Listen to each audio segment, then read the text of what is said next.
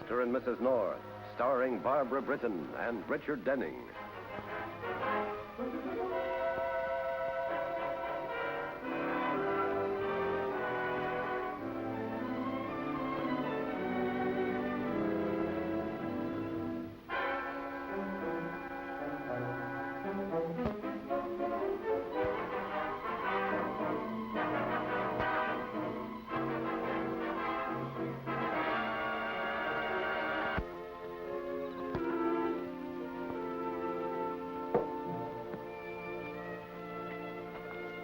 Can't you do anything but sit around and drink beer?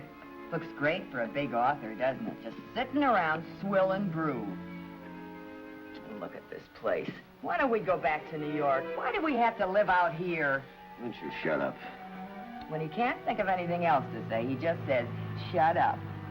Well, why don't you do something about it? Okay, there is something I can do about it. I can keep your mouth shut. So you don't like it up here and you think you're having a rough time, huh? Where do you think you'd be if I hadn't pulled you out of the gutter? I'll tell you where you'd be.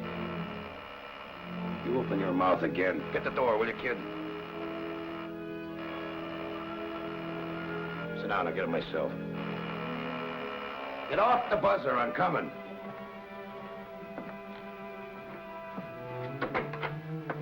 Well, I was beginning to think we'd come to the wrong place. And we'd sent the taxi away. Jerry North, what brings you up into this neck of the woods? Just been asking Pam that same question. You've been evicted? Oh, Mr. Kovac, I'd always thought of you as a serious writer. Are you going to keep us standing out here all night? No, come on in.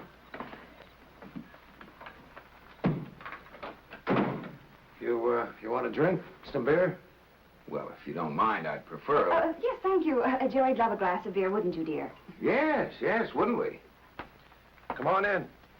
Harris, get a couple of cold bottles.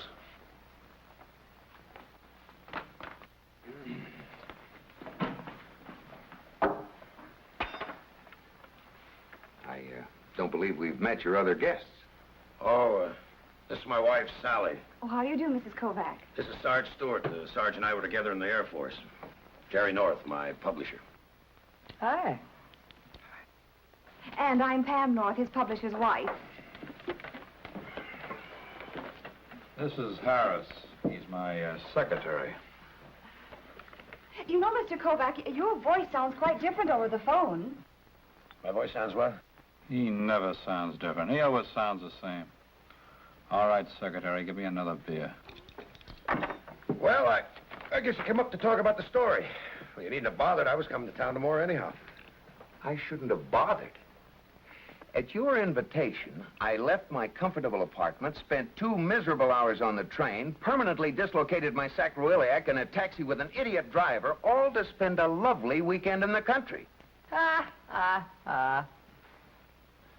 I invited you? You're kidding. I was never more serious. What does he mean, I invited him?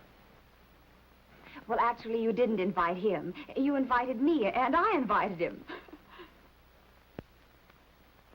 What is this, a gag? You invited us to dinner on the weekend. Of course, if you've changed your mind, we're perfectly willing to walk the 3 miles back to the station. Be more comfortable than taking a taxi. Oh, no, wait a minute. Let's get this straight. I called and invited you up here for a weekend? You did. Either you're crazy or I am. I'm perfectly willing to debate it with you. There must be some mix-up. Come on, as long as you're here, sit down. We'll have a gab for a while.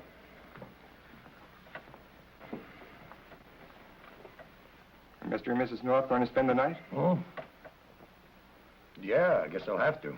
Go fix up the back bedroom. Well, you heard him. Now, not tomorrow, now.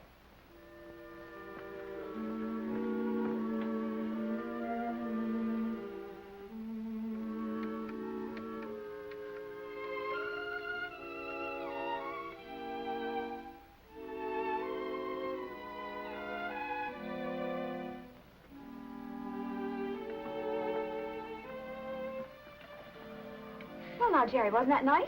Yes. I don't know when I've had such a delicious dinner. I wonder if I might have some more coffee. Harris. Coffee. Oh, I'll get it. Oh, do you write, too?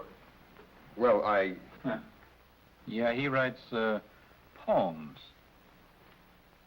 Clean off the plates, will you, kid? Yeah, he even wrote one about me once. Honest, a poem. There was a part in it about my hair, like a cloudy sunrise. Oh, he's crazy. Jerry, didn't you want to talk to Mr. Kovac about his book? Oh, yes. As a matter of fact, I did. Excuse me, I'll get it.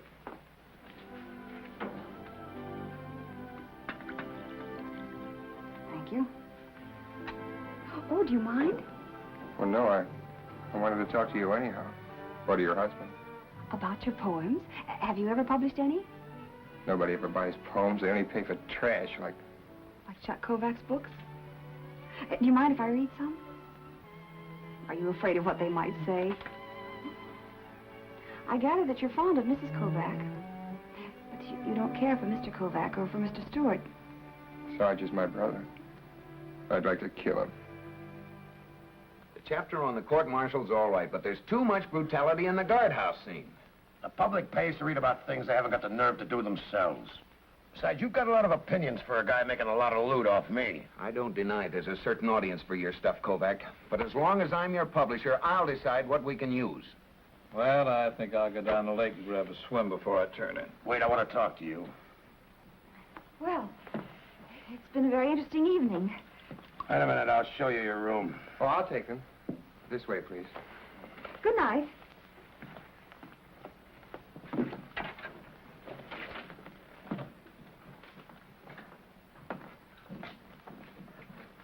You stay here.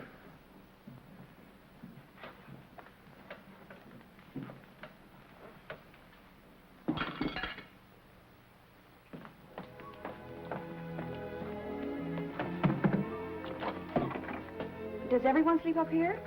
For the rest do. I have a cabin outside.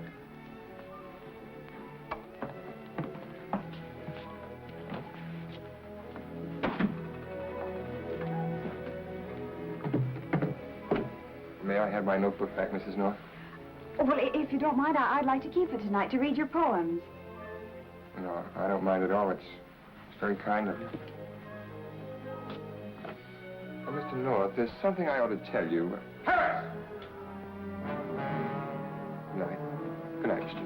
Good Good night.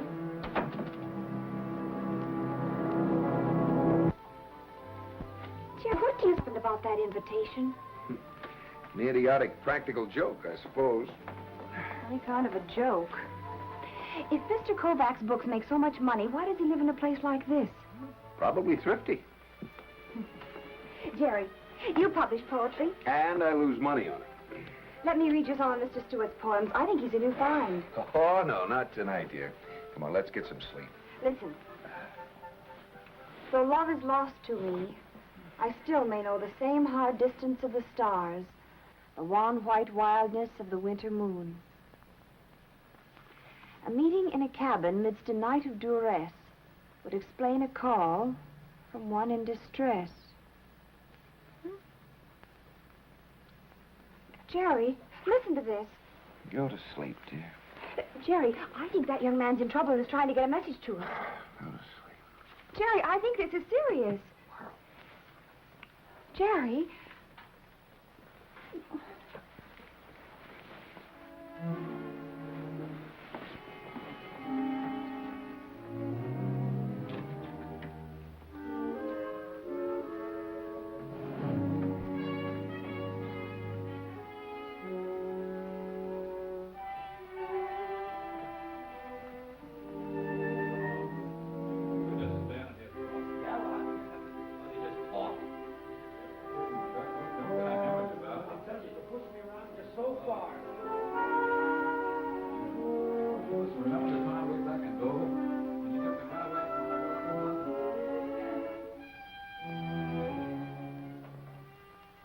Now I got something else on my mind.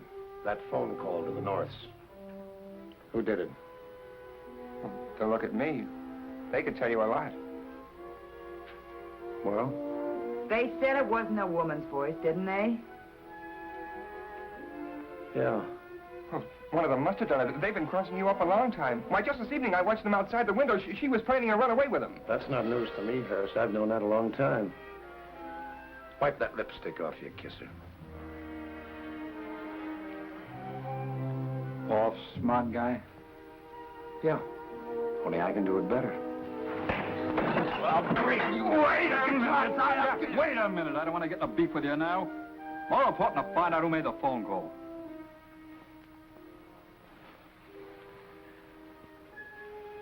Okay, kid, why'd you do it? Do what? You know what I'm talking about. You just used Sally and Sarge to throw me off the track. You made that call, didn't you? Why should I do anything like that, Chuck? I didn't ask you why. I just want to know if you did it. No, no. Why, you sniffing liar! I'll back your brains out! Wait a minute. We're not alone in the house. Use your head. Yeah, you're right. I'll talk to you later. I got a whole lot to say to you two. A whole lot.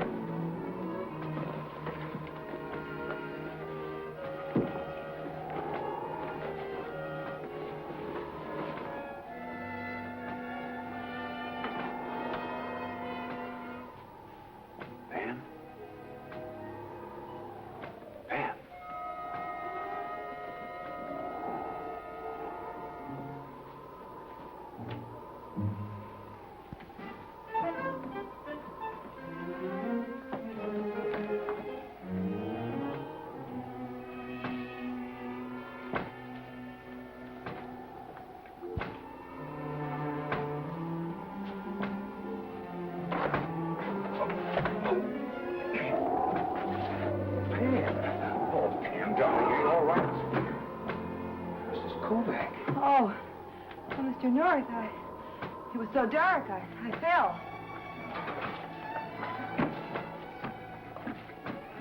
There'd be a light switch around here somewhere. You know, if you'd used that flashlight earlier, we'd have avoided a collision.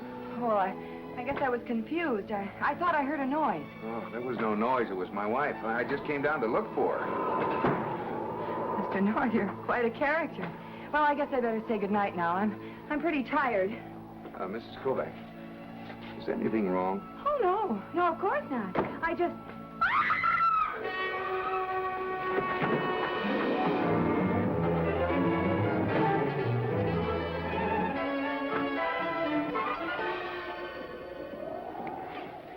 It's a fine place to be in the middle of the night. Someday you're going to stick that pretty nose of yours into something that'll bite it off. Now, you're going back and stay in that bed if I have to tie you in it. It's practically not breathing. Look.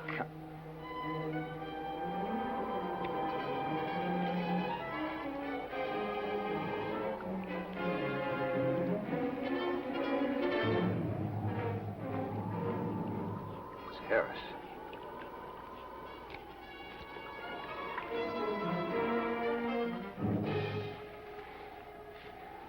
Not a very poetic ending, is it? Poor little guy. Poor little guy. As far as I can tell, Sheriff, Mrs. Kovac was just lying there on the floor. I've told you this 20 times now. And now she's gone and nobody knows where she went. Why don't you ask him? She was your wife. Why don't you tell him what happened? You don't seem very upset over your brother's death, Mr. Stewart. I'm more upset than I look.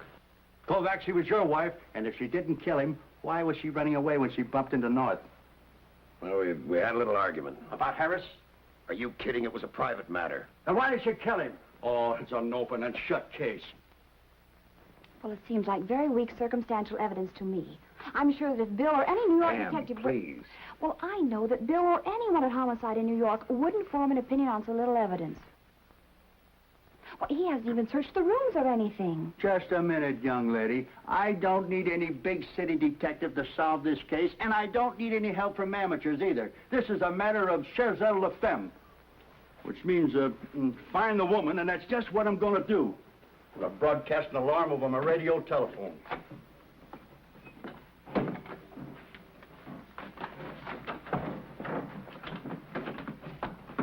Now, Pam, please, will you stay out of this? But why should Mrs. I Kovac... beg you. Just this once, huh?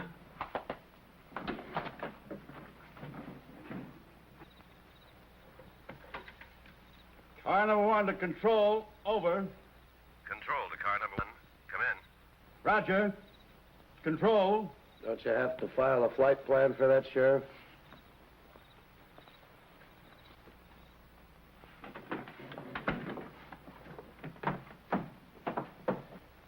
I want an alarm broadcast for Sally Kovac. 5 feet 4 inches, age 25, and wearing a light camel hair coat, no hat. Roger.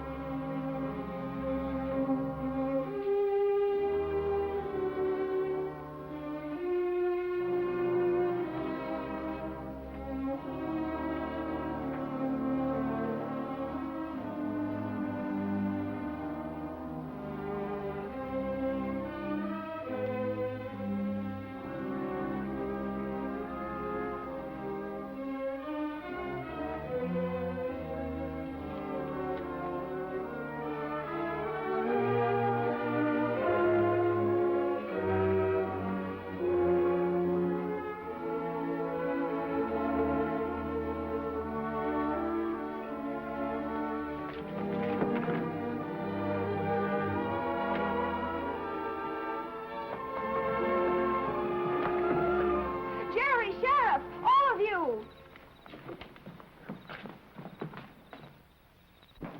It was stuck in the mirror in Harris's room. Come on. It's obviously a suicide note. See what happens when you believe circumstantial evidence? When a guy like me falls in love, there's only one way out. So he killed himself. Lieutenant Wigan would have found that out before he broadcast the alarm for Mrs. Kovac. Well, I had to be thorough. I knew something was wrong when... You knew something was Sheriff, wrong. you won't be needing us anymore, will you? No, it's an open and shut case. I'll take your numbers where I can reach you, if any further questioning is necessary. Thank you. Come on, Pam. But Jerry... Jerry, it's too easy. Everything fits too well. I don't want to hear another word out of you. Now go upstairs and get the bags packed. We're getting out of here on the first train back to our nice, stuffy apartment. But I... Upstairs. Yes, dear. Up.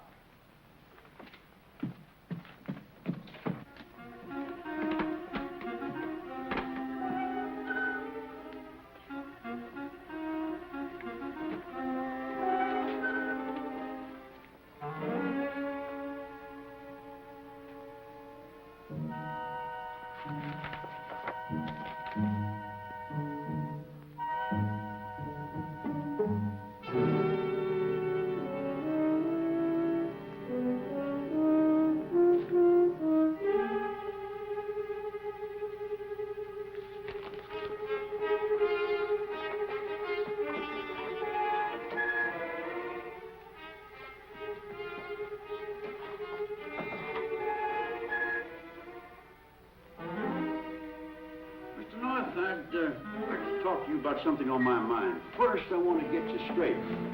I don't understand. I mean that just because we're out of the city doesn't mean that I'm any hayseed cop. No, sirree.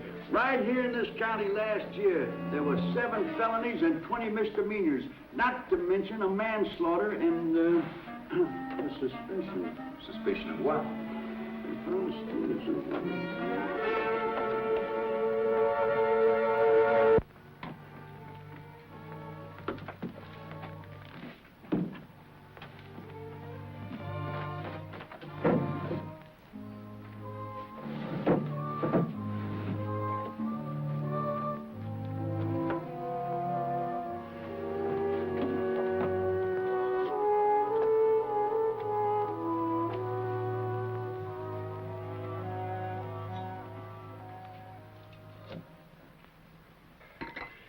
There's been a lot of books by wardens, FBI men, big city detectives, but there's never been one about a country sheriff.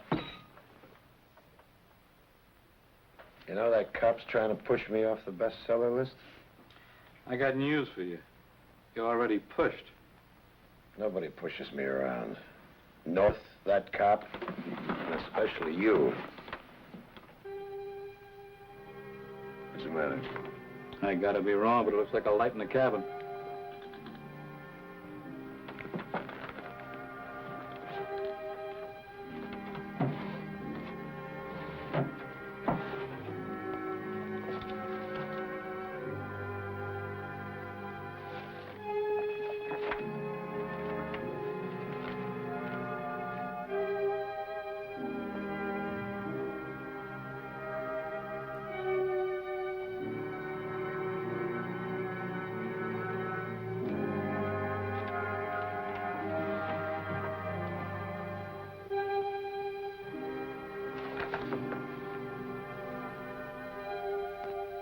You killed him.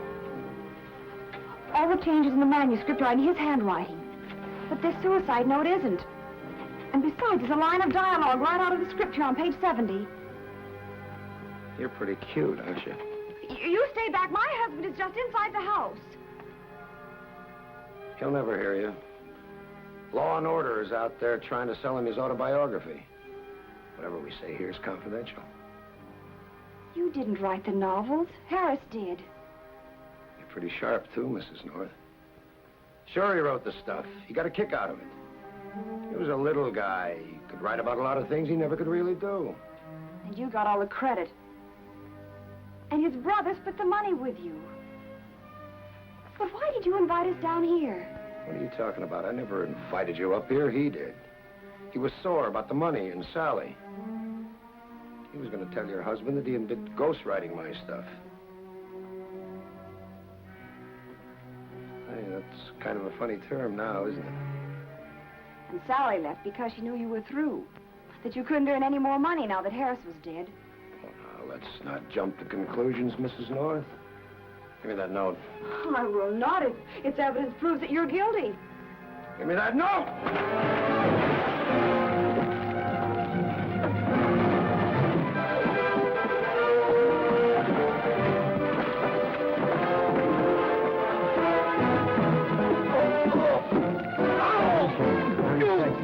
I'd better be getting down to the jail. They may have brought that girl in by now.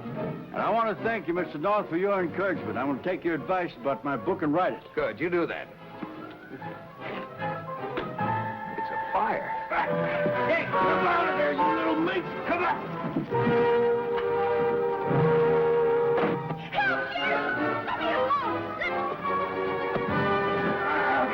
Come on!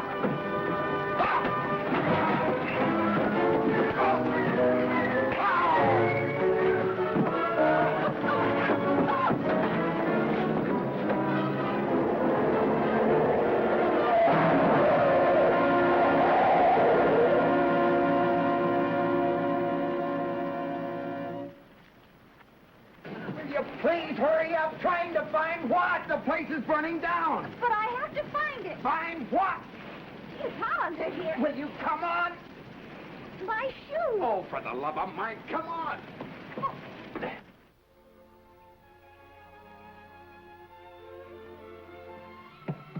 Mr. North, a lot of interesting things happen in the life of a country sheriff, like the country doctor. You don't get the fame and prestige of the big city men, but he gets a job done. Yeah, but you're giving in to city ways yourself, Sheriff. But I'm not so sure scientific progress is a good thing in your case. You know, if you'd been riding a horse instead of driving that car, you'd have gotten your man alive. Well, if I'm taking you to the station, we better get moving. That's right. Let's go. Well, what are you going to do with the poems? Publish them. Oh, thank you, Jerry. Oh, I'm not being sentimental. They're good. So are you, Mr. North. If you want to catch the 7:20, I'll take the shortcut out by Jonestown.